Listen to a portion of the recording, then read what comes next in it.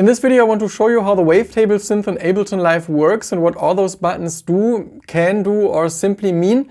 And I also want to make sure to make it in the most musical way possible, so it doesn't get too techy, although of course it's a synth tutorial.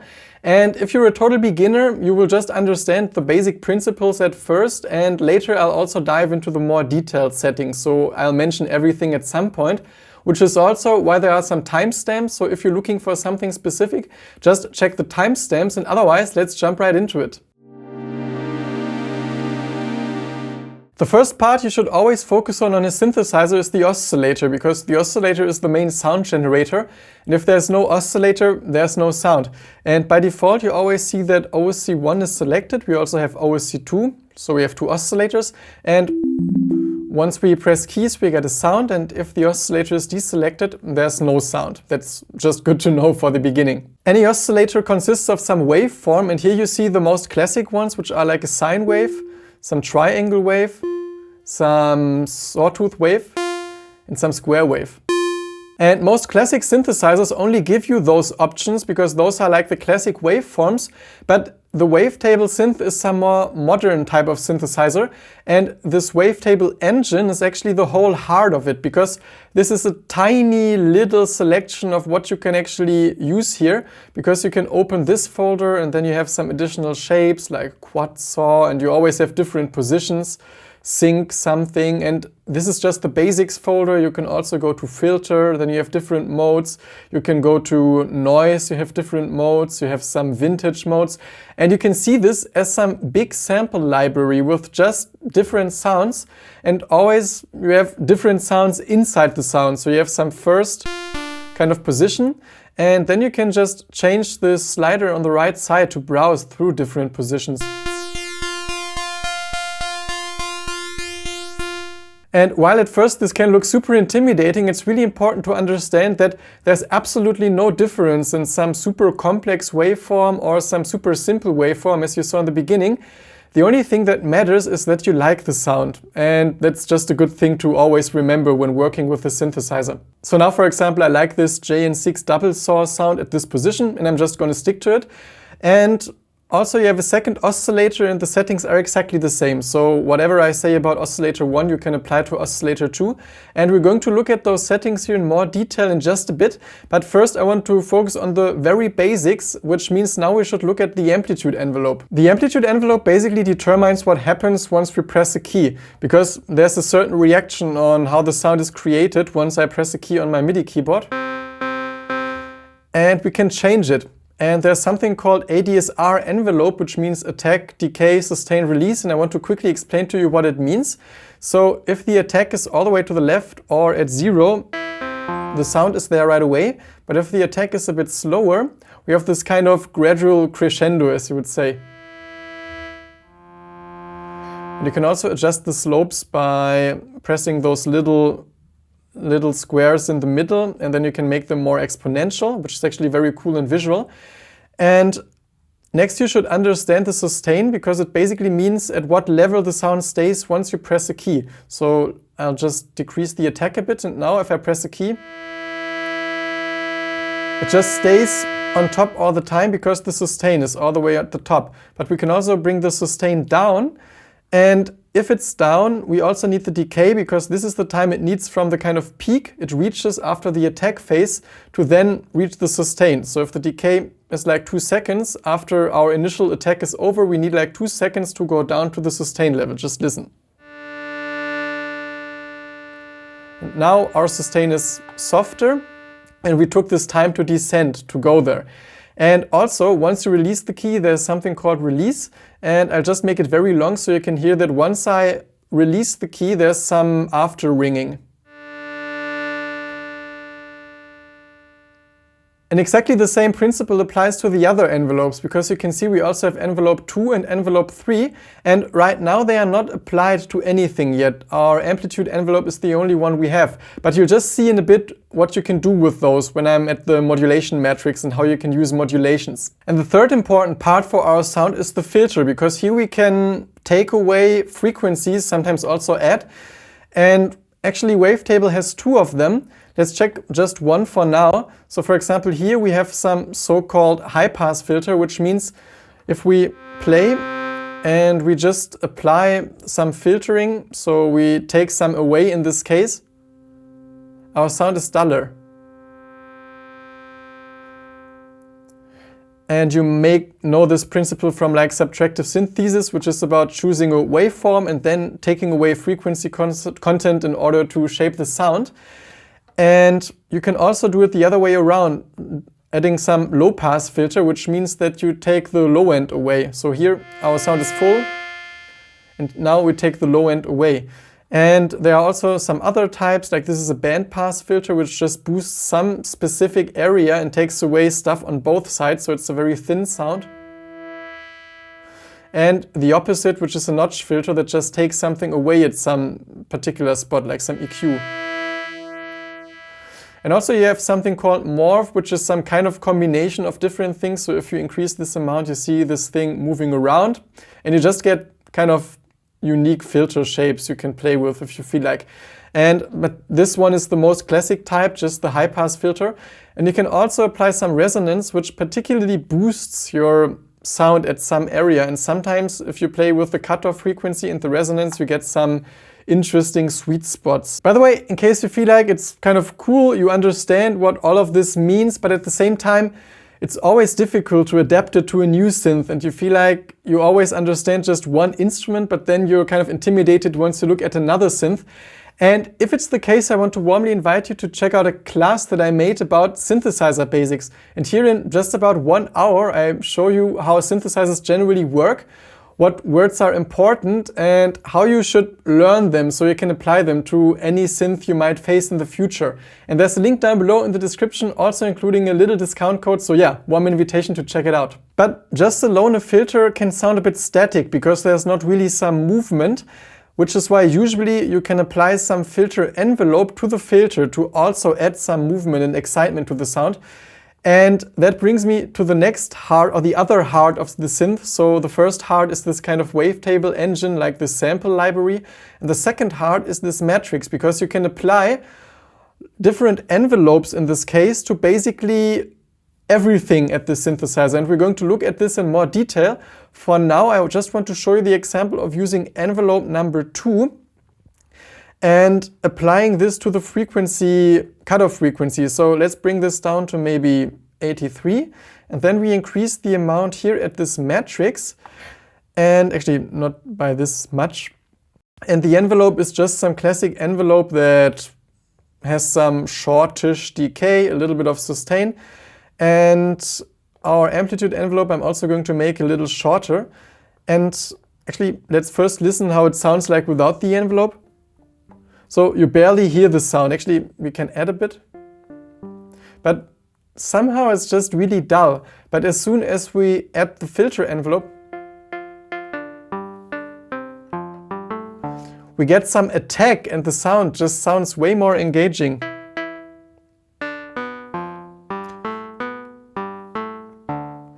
And here you can play with the intensity, also with the frequency you determine how much it goes down, also depending on the sustain. So if this is all the way at 0, it goes down to whatever you set here as the frequency. So here you have some sustain because the frequency, the bottom frequency is here. But if you bring this all the way down, your envelope will always take everything away until you're back at, in this case, 67 Hertz. But you can get some super snappy sounds this way. And this is like the basic workflow of Wavetable in a nutshell. And if you're new to synthesis, you can spend some time now exploring those different relationships and those different parameters. But it offers so much more, which is why now actually in the next part of the video, I really want to go into the details and all those specific modulations that you can do. So first, let's check those more detailed settings of the oscillators, because on the bottom row, you see some stuff here where you're maybe like, okay, what is this? So by default, you can have this set to none, so you can't do anything here. But then you have, for example, some FM algorithm, and FM stands for frequency modulation. It's some concept of having different oscillators modulating each other. And here it's basically some algorithm that just applies some different timbre to your sound. So in order to hear it, you need to increase the amount.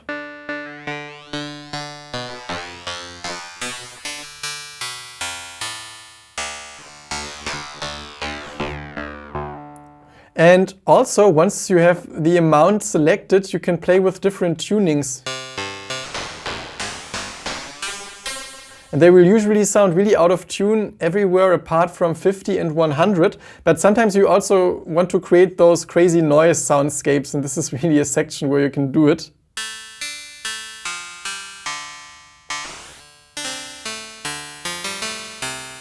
But you can make your sound more sharp this way and really kind of metallic, aggressive, and also depending on where you play. So if I play some lower octave, it sounds really haunted. Then you can also use some classic modulations, which would be like pulse width modulation and some sync settings. So let's go back to the default setting. So here we have our sound. And if you change the pulse width, you see it kind of squishes the signal into one direction, making it kind of thin. And sync basically means it's kind of some algorithm that imitates that your oscillators would be in tune, because this was a setting you could use at some classic synthesizers where you could make sure that your second oscillator would always be in tune with the first one. And here they kind of try to imitate the sonic character of it. And it's basically some other type of timbre changes. All the time you just change the timbre.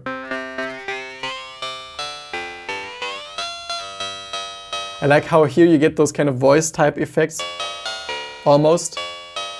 And then you also have some modern modulations, which is like warp.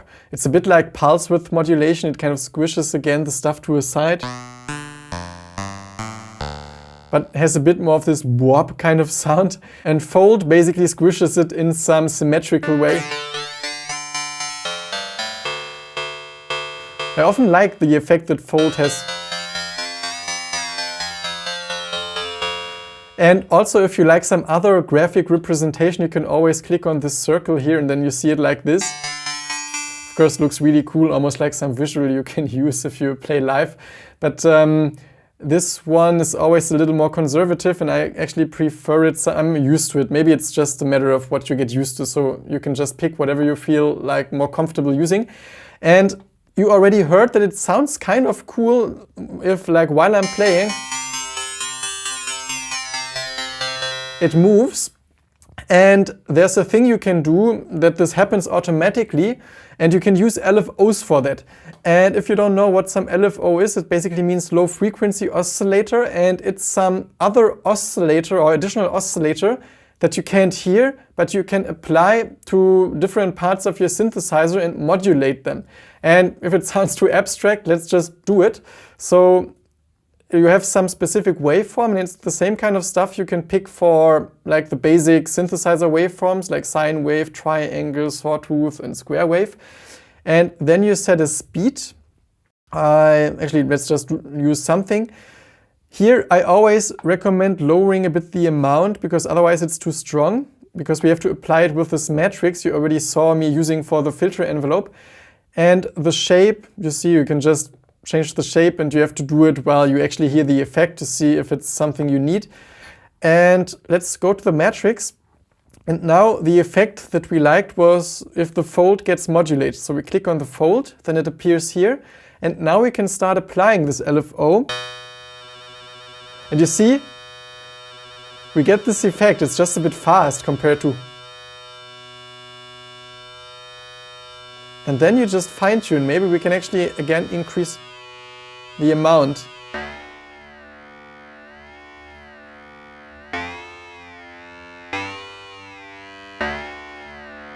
Let's make the amp a little higher so we have more of this kind of morphing sound.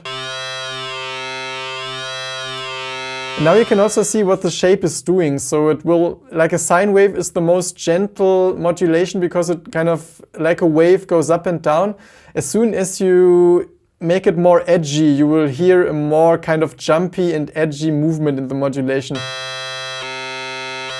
Almost sounds like some square wave.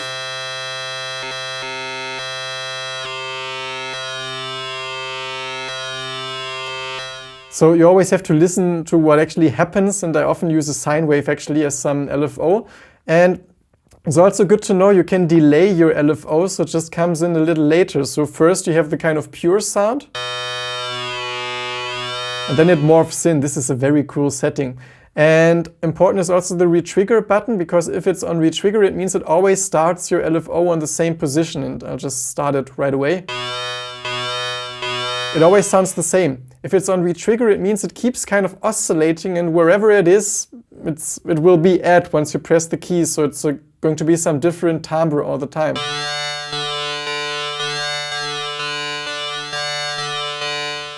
It keeps moving. And also you can sync your LFO rhythmically to your MIDI clock. So here, for example, you could set some speed of eighth notes.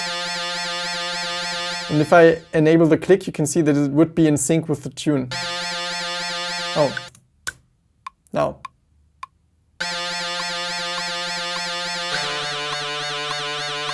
And here you have two of those LFOs, and they work in exactly the same way.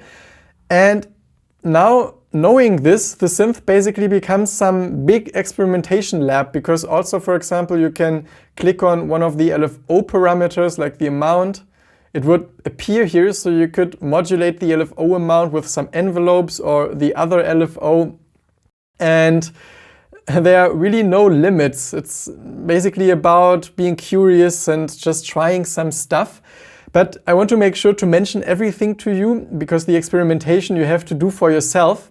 By the way, in case you're also interested in having some fresh sounds, but simple vintage synth sounds for Ableton Live that you can also learn from, because they are made for those 3 Ableton synthesizers, and you can easily transfer them into whatever direction you want to go, I want to warmly invite you to check out a little sound pack I just released, which contains synth patches for Ableton Live synthesizer, like easy to edit, but at the same time kind of simple to use, so they fit in many situations.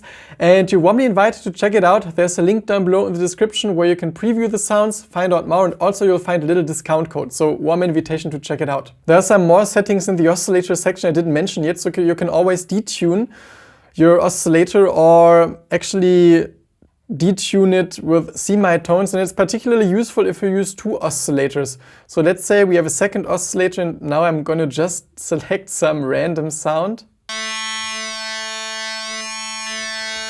So this is our oscillator 2 sound, and in order to add some tension to the sound, I'm going to detune it.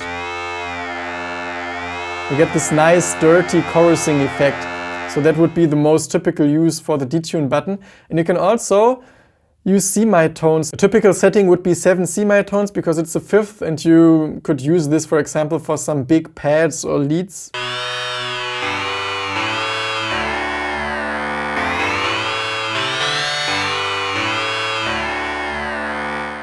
And apart from that, it just works exactly the same way as your first oscillator. And I'm just going to deselect it for now to focus on those things I want to show you. So here you basically change the volume, here the position, you also saw me change it. Then you can also add some sub-oscillators. So in this case we would add some kind of lower tone to it, which actually here sounds super cool. And this one you can also make a little more aggressive, because if it's at 0, it's like some sine wave, and then you make it it's like in this first section I've shown you, where you move from the sine wave to the sawtooth wave. It's kind of a similar thing, that it just gets more like a sawtooth wave the more you add the tone.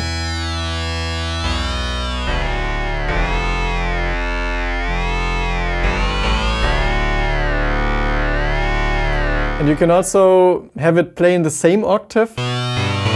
It's fatter, but doesn't have this sub effect. And you can also have it like 2 octaves lower, which sometimes can be cool, but for this sound, oh yeah. But here you see that it gets really low, so you always have to make sure that you stay within a range where it still works. And also you can just globally transpose the whole synth here, if you need to sync it to something else or whatever. Now for the filter, there are also some more detailed options, and I've only shown you 1 filter, but in fact we have 2. So you can also add a second filter here, and by default it's, for example, set as some low pass filter. And just also shape it from the other side. So you can basically shape your sound from both sides, or whatever you feel like. And for this filter, there are also different types of routings, because right now it's in serial, which means this left filter comes first and this right filter comes second.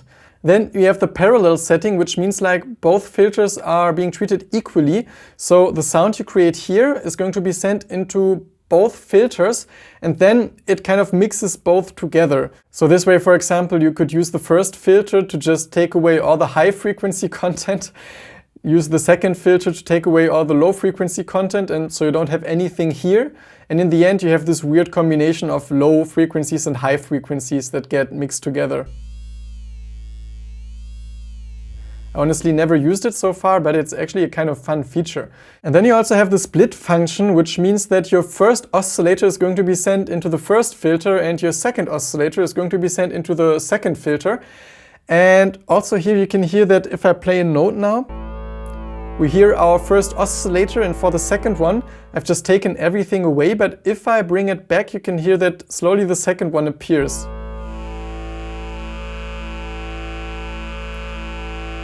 And those are your three ways of sculpting sounds, and it's actually really fun, and especially this last function allows you for some very refined sound design if you want to get into it. And also you can change the intensity of the filter, because here you see the 12, you can click on it, it's going to be some 24 then, and you can switch between those two, and it's basically, one of them is like some 12 dB per octave filter, which is less intense than the 24 dB per octave filter.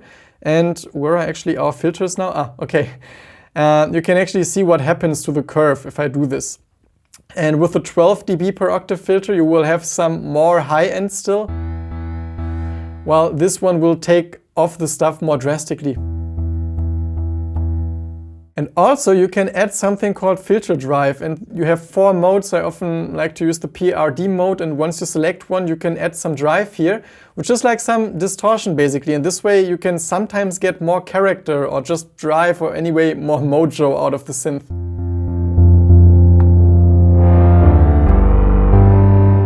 Also, some more advanced settings about the envelopes. So you can always change the slope for the curve if you move the kind of button in the middle. So you can get some more exponential type of curves, and you get it for the attack, the decay, and also the release, which is really useful. And you should always just try it with your sound, because sometimes if maybe it dies off too quickly, you change the curve to this one, or if you feel like the sound is there too fast, you just change it to this curve.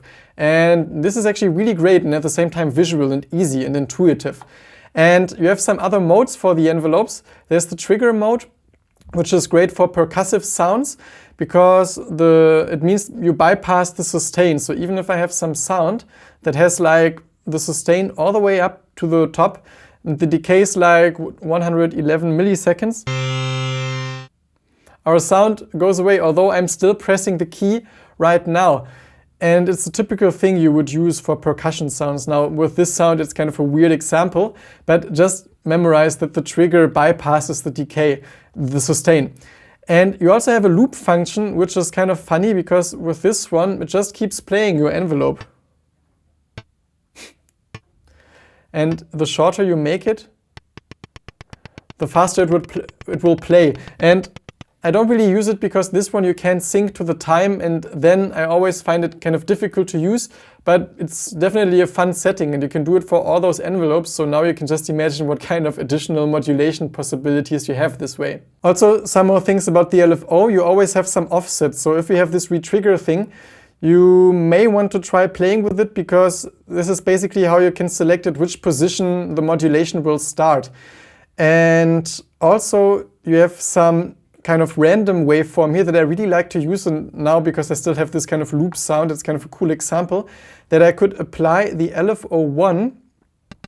Actually now it's applied to the fold, okay, but I could also apply it to our release from this looping envelope, and this way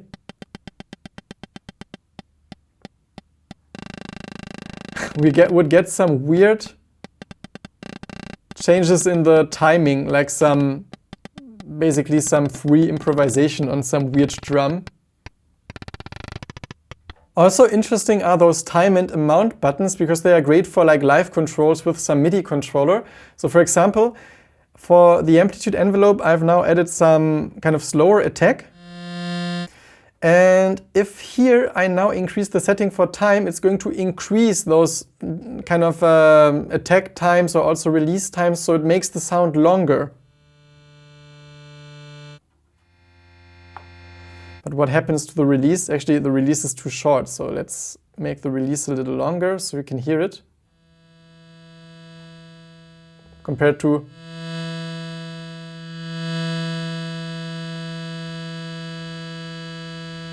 And also it goes through the other way, so you can make it shorter.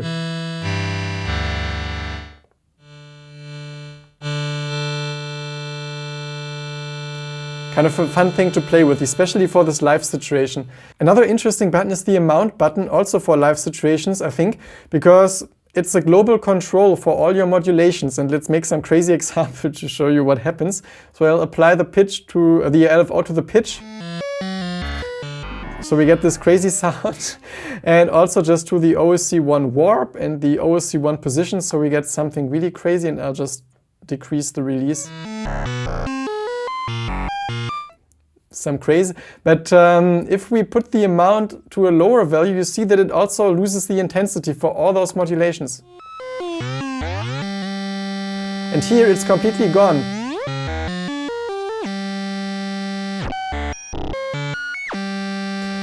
So you may want to experiment with this in a live setting, put it on some MIDI controller, and you have some direct impact on the intensity of whatever you're using as some modulation.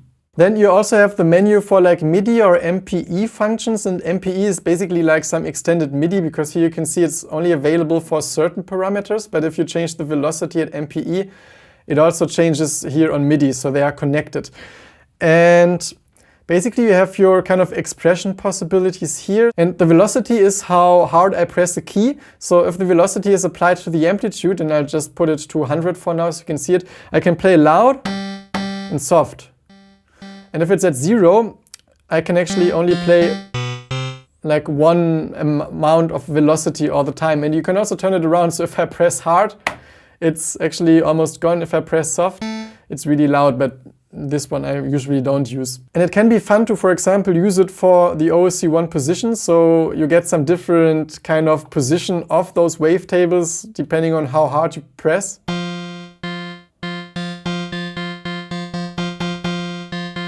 Note means filter keyboard tracking, so if we maybe bring the frequency down a little and apply it to the filter frequency, you see that we get a little brighter in case we move up in scale.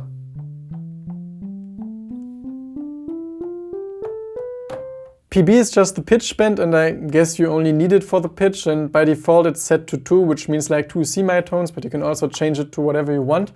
Press is after touch. And by default, it's always applied to the OSC1 warp. Now with my small controller here, I don't have aftertouch, but if you need it, that's where you find it. Then you have the mod wheel, and here by default, it's always applied to the OSC1 position. So if we go to OSC1, and now I can actually move the position with my mod wheel. And you also have some random function, which is also cool, like basically some additional LFOs. So you can apply this to, let's also say, OSC1 position. So every time I trigger a note, it's going to be somewhere else. So maybe that's also fun for you to experiment with. And then on the right side, there are some more settings. So poly means that you can play some polyphony. So if I press a chord, we hear a chord, but if it's on mono, we will only hear one note, although I'm still pressing the chord. And that's particularly great for bass sounds, because here you don't really want this overlap. It can create lots of disturbing frequencies. And also for some lead sounds, this can be cool. And otherwise, if it's on poly, you can change between 2 up to 8. So 2 voice polyphony means, I'm going to show you once more, that you can play 2 notes at the same time. So I can play a second one, but as soon as I play another one, it's going to take away the first note I played. That's always going to be the system. If you use mono, you can also use glide, which means it glides from one note to the next one. So if I play a note here, we glide here, and then you can also either make it a very long glide or some very short glide.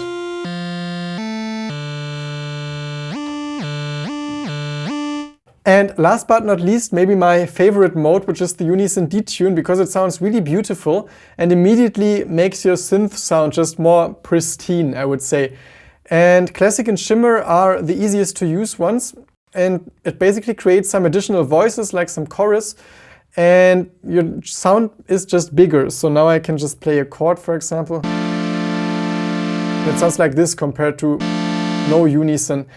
And you can just be super intuitive here. I mean, here you get some crazy effect, but I like it around 20 or 30% just for adding some kind of nice, pleasant synth character to your sound. And then those lower ones you have to experiment with because they create more glitchy sounds, are more difficult to control, also depending on what notes you play. So in the beginning I recommend those two, but if you're also into some more surprise random elements, just experiment with those as well. And actually you can also have some full screen view for the synth, although for some reason I find it more intimidating than the small one, and I always feel like I don't know where I should look at, so I end up using the small screen. But if you prefer the big one, just be known that there's this option around. And now you know everything about the synth, although you really have to try it yourself in some practical situations. If you need some inspiration on that, I'm going to link you some video here and another one here where I make some sounds with the Wavetable synth. Otherwise, remember those links I mentioned, you can find them down below in the description. And apart from that, I wish you lots of inspiration with whatever it is that you create and really hope to see you soon again at this channel. Bye!